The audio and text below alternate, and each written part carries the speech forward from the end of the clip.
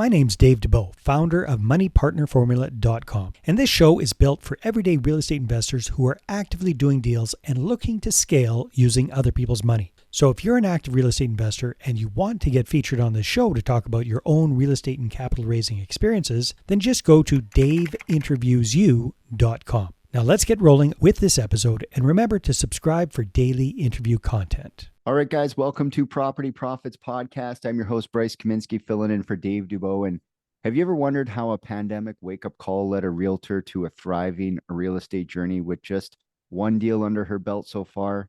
Today, Shanna Clark from Maryland shares her insights on navigating the ever-evolving real estate landscape.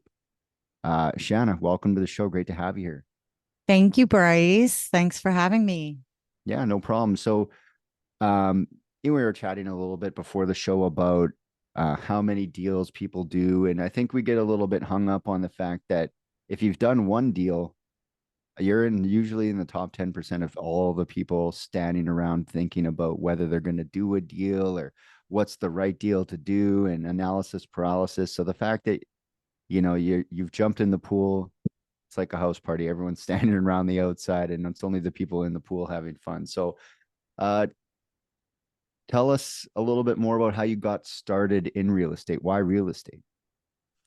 I thought about getting into real estate a few times. And the last time that I thought about getting into it is obviously when I finally got into it, about 2018.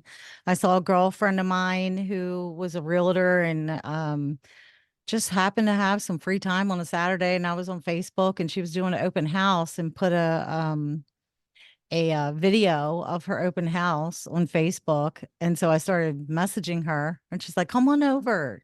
Mm-hmm. So I visited her open house and we talked for a bit, and she's like, you should join. You should finally, take the leap. She's like, I'll take you under my wing. I'll show you the ropes. And that's how I got started. Yeah, so that was, I think you'd mentioned before the show, 2018, right? Mm-hmm. As we headed, unbeknownst to us, into the storm of the 2020 pandemic. So in a lot of places, the market heated up, but at the same time, we had a supply and demand shift where people weren't really moving out of things. Maybe they were moving into things like in a sideways way, but they weren't certainly moving down into apartments, being that apartments were, there's issues with people. Just, it's a group of people living together in one big building. So people were definitely trying to get into, plus with all the relief, there was all this extra down payment money, and it really did heat up the market. So And what are really some low ways? interest rates. Yeah, super low historically, probably never see it again in our lifetime interest rates. What sort of business, or what did you take from that whole experience coming through the pandemic, and also working through that as a realtor? Because we were essential services, right? We got to come and go as we please. They had the little stamp, I guess you would say, where we could, there was always, it's essential, right? Yes. So it was a little crazy. There was a lot of competition on the homes. Mm-hmm. So it was like, the interest rates were really low, which meant that people could afford more houses. Not a lot of sellers wanted to sell. Mm-hmm. And there would be like 30, 40 offers on a home within hours of Mm-hmm. it Mm-hmm. going live on the market. So it was pretty crazy. Great time to be a And listing agent. it You're was the one with the sign, right? You get all 40 of those offers. But well, as a the buying norm agent, is you're maybe looking at, 3 to 5 offers if it's a really good house, but it wasn't so great for either side, really, to be honest. It's like, if you're a listing agent, you have to go through 30, 40 offers. well, you probably didn't have to do it in person like the old days. You probably could sit at your computer, because it's all PDF'd, probably because they didn't want the paperwork to be handled by too many people or something like that, right? Because it got digital. Like in Mhm. in my market, that was we were very much like, it's got to be blue ink, it's got to be written, it's got to be real. And then as Oh soon as yeah, the at the closing pandemic hit, table. yeah, as soon as the pandemic hit, all of a sudden PDF offers and DigiSign, it was all fine. All of a sudden that was fine. So real quick, they dropped that requirement. So you could just be that listing agent. Oh, 40 PDFs in my inbox. Forward the best ones to the seller. Oh, pick that one, cool. And then you never even probably had to get dressed, but put a shirt on and go on Zoom, be like, oh, we got 40 offers. So easy. I mean, that's the business of being a listing agent. So on the other side, competing with 40 other offers as representing as a buying agent must have been difficult throughout that whole thing. Because as a buyer, I can remember looking at the market and being like, I'm not even participating. I'm not even participating in the open market. I'm going all private because things are getting out of control. Even for Yeah. junk is getting out of control. It's kind of like that favorite toy that your kid wants for Christmas and there's a limited supply and you want to get to the store early. It's kind of like that. And That's then it sits on, exactly. and then a couple weeks later, after getting it for Christmas, it sits on the top shelf. They don't even play with it anymore. You So, don't look old enough to remember the Cabbage Patch Kids. well, Or it's did Paw you hear Patrol about now. that? Oh, yeah, well, they used to go. I actually saw some Cabbage Patch Kids on the shelf at the thrift store the other day. I was like, I should check those on eBay, see if they're worth something. But It was crazy. People were fighting, getting in fist fights over them and stuff. It was crazy. But well, yeah. it's gotten a lot better with like online shopping, but still, it's always crazy. You buy the thing for your kids and then they play with it for like 2 weeks, and then it's, you know, they always just want new, just for like YouTube, next video. So Yeah. tell us a little bit about the real estate deal that you've put together so far, and what sort of challenges you had to overcome to get into that deal. So I work with this group, sort of like a team, but Mhm. we collaborate. We um we have buyers and our team leaders are capital raisers. And so, anything we acquire, we bring to them first. And they were my buyers, my favorite buyers. And it was a home in Towson, Okay. single family home. And I think they're getting ready to do a midterm rental. So my thing is direct to agent. And I like to call listings that have been on the market for a little bit, help Hmm. the agent sell the house, help the sellers be able to sell their house.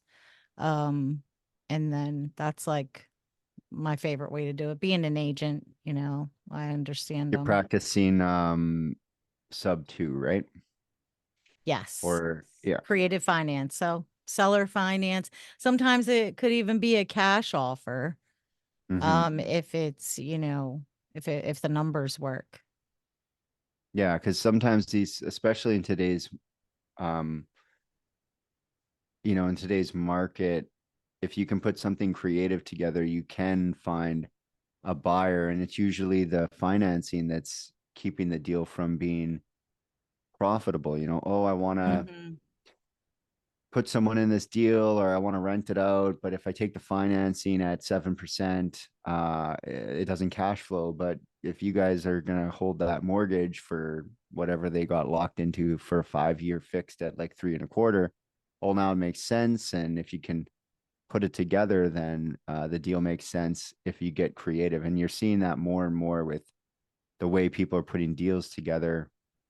Um, that Anything. the creativity is a difference.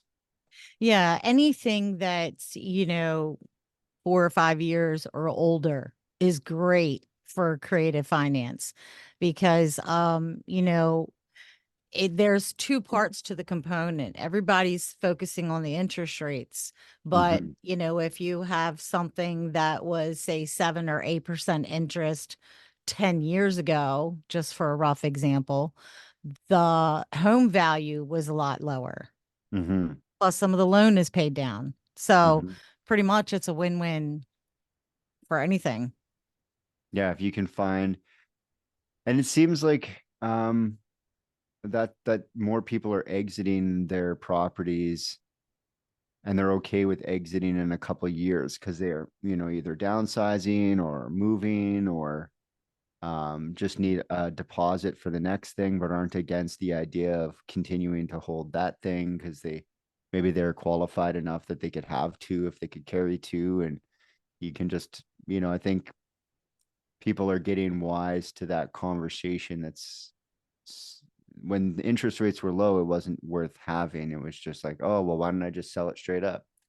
But now it's like the value isn't so much the property as maybe the terms of the loan that's in existence. Maybe it's got a couple more years on that. And you're right, the properties were much lower.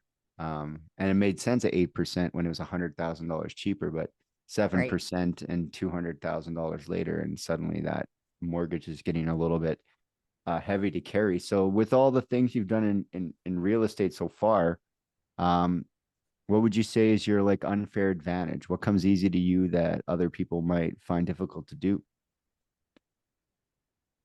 Um, Talking to agents and being an agent, it gives you some credibility with them. I mean, immediately they kind of have their guard down and they're like, oh, somebody who understands what the job is like, somebody who gets it, it's like they're talking to, A you know, coworker, like at the water cooler a little bit. yes, Yeah. exactly. You've Yeah. gone through the same trauma. You're trauma Yes. bonded now. Oh Yes. yeah, I drove this one person who was looking to buy a house around for 3 weeks straight and they bought nothing. And they're like, yeah, me too. Right. So um do you see that being a real estate agent is something you're going to continue to keep the license, or are you going to move towards more of the investing side of things and see if you can maybe pivot a little bit as into the sub two thing? I really love doing this sub two thing for several reasons. A couple of the main ones are um, everybody wins in this transaction, including myself. I'm Mm-hmm. building a portfolio. We are helping people who wouldn't be able to necessarily sell in a traditional way. We work with realtors who, are at the mercy of the market and may have difficulty moving properties that way. So I feel like this is a way to help everyone involved. I think Mm-hmm. everyone can win here. I mean, there's a saying in real estate, being a realtor anyway, that in between deals you're unemployed, Mm-hmm. Mm-hmm. right? But this way, you're building a portfolio, you're helping people who otherwise would have a difficult time or maybe not even be able to sell. So it's like it's a co-creation thing versus competition. Mm-hmm. Does that make sense? Well, it's Like like they collaborative, right? And you're working together all towards the goal at the end of the day, which is to make the house transaction or make the house not a problem anymore. Whatever the problem is, yes. typically taking it off someone's hands, even if it's just the management or the maintenance of the debt, is enough for them to stop thinking about it in such a way that it keeps them up at night, right? Right. And then a pre-foreclosure, if you're helping somebody out of a pre-foreclosure, you're saving their credit. Mm-hmm. I mean, everybody wins. Yeah, because the bank doesn't really want the house back. They just want the debt serviced. So Exactly. get that debt serviced and figure out what you can do because maybe they're not in the financial position to do so, but maybe your new lender is in that position. So, um, as far as the real estate market is concerned, what do you see the future looking like over the next, say, 6 to 12 months? What do you see in the future as someone who's in the business? I definitely do not think the market is going to crash. Mm-hmm. I Mm-hmm. don't. Um, I feel like more and more this is going to creative finance is going to be a new way of doing things. It's actually not new, No, it's just actually. 30 years old. It's older than mortgages. That's how real estate used to be bought and sold before, there were so Hmm. many people, mortgages were created. But Yeah, the mortgage I've product. Yeah. yeah, I mean, people's incomes could not catch up. I mean, with the home values and then the interest rates rising one right behind each other exponentially. Hmm. People's incomes didn't have a chance to catch up, and it's put some people in a bad position. Well, Um, it was a very similar, one of my mentors, he's like I think he's in his 70s, and he was doing real estate in the late 80s. And he's like, well, what we used to do, it actually got so bad that we would buy everything and rent to own everything back to them. So the house, the credit cards, the car, and we'd take the whole debt and we'd make one payment so that they could save everything. So that's what I think is coming down the pipe, where people get so financially strapped by the inflation that they have to that the car loan's killing them, the credit card's killing them, the house payment, but they want to keep it all. So then you set up a rent to own, a subject to the whole package, and they rent the car from you. You wipe out their credit cards and you get the house for nothing, and then they rent the house back from you, and maybe in 3 or 5 years when they're back on their feet, they can take the car back, buy the car, buy the house off you, and they actually become your new buyer. They become a tenant buyer. So you wrap the whole thing, sell their whole thing back to them before the bank takes it all away from them. there is a company who kind of put things on pause that did that with houses. Mm-hmm. And I brought a client to them a little while ago, and they were like, we're putting everything on pause for now. I was like, what? Well, I mean, if it keeps Yeah. going, I guess in the States, it's really going to depend on your election. But here in Canada, I don't see the inflation stopping. Like Aren't it's gonna. isn't everything kind of connected to a point? No, our taxes are insane. Our Yeah. taxes are absolutely insane. Like you pretty much above $93,000, you're paying like 46%. So like if you make it's tiered off obviously, but anything over, let's say you make $50,000 over 93, you pay 46% of that to income tax. So Mm. you don't, there's no motivation in a socialist country like this to really make a lot of money, because everything over that, if it's direct income, goes pretty much right back to the government. So just make your 70K and be happy and move on with your life. That's the Ugh. motto here. Are So you in real estate? Do you have some real estate? I typically do wholesaling. So my whole business is short, which is challenging now, but I feel that in this year is going to be it's going to be a better one than last, because last year people were getting everyone's standing around waiting for the rate to adjust. But now people are realizing that it ain't going anywhere. Not in any way. It's not going to go down the same way that it went up. It's here to stay. It's kind of like a cold front. It's here to stay. It's going to be cold. It's going to be cold for a while. So get used to it. And if you want to buy real estate, it's a great time because the prices are, I was looking at a property down 23% or something year over year. So if you're looking for a discount, even though you might pay more interest, you might pay a higher monthly payment, you're saving. You could easily save 50 or $70,000 on the purchase price, in which you're not even going to be able to catch that with it. Let's say your interest rate was more and you're spending 500 extra dollars on your mortgage every month. 500, 5,000 a year. It would take you 10 years to get that adjustment if the interest rate was lower than a $50,000 discount. So it's like buy some property, weather the storm, and when the rate changes, you'll be in a better position in like 2 or 3 years. But Yeah. everyone's always got like real estate has a tendency to bring new people in who've only seen one cycle, who have never Mhm. seen an adjustment. So I remember 2015. I remember the the credit crunch stuff that happened around 2017, where they started stress testing things in the market. whenever they meddle with it, the market reacts and then eventually regulates itself. And I think this year is going to be the regulations, if as long as they stop meddling, it should level out. But if they keep splashing around in the pool, then we're gonna have no idea what's happening. Oh, we're gonna change things again. We're changing things all the time. It's like, just chill out.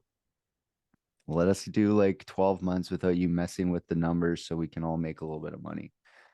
Yeah. But that's, I think, why sub two is really taken over, is because it's not really affected by the climate of interest rates so much as the conventional buyer is subjected to having to qualify at these higher rates now. Correct. So with with the stuff that you're doing now, how are you financing your properties? The current one and the ones moving forward. What are you doing to actually because there's always some amount of money that has to go across the table, right? Yeah, there's entry fees for everything. And it's creative finance because these are all moving parts that can be adjusted to fit everyone that's involved. Mm-hmm. So we have private money partners, private money lenders. Of course, a partner brings the entry fee to the table, and then they're a partner on the property.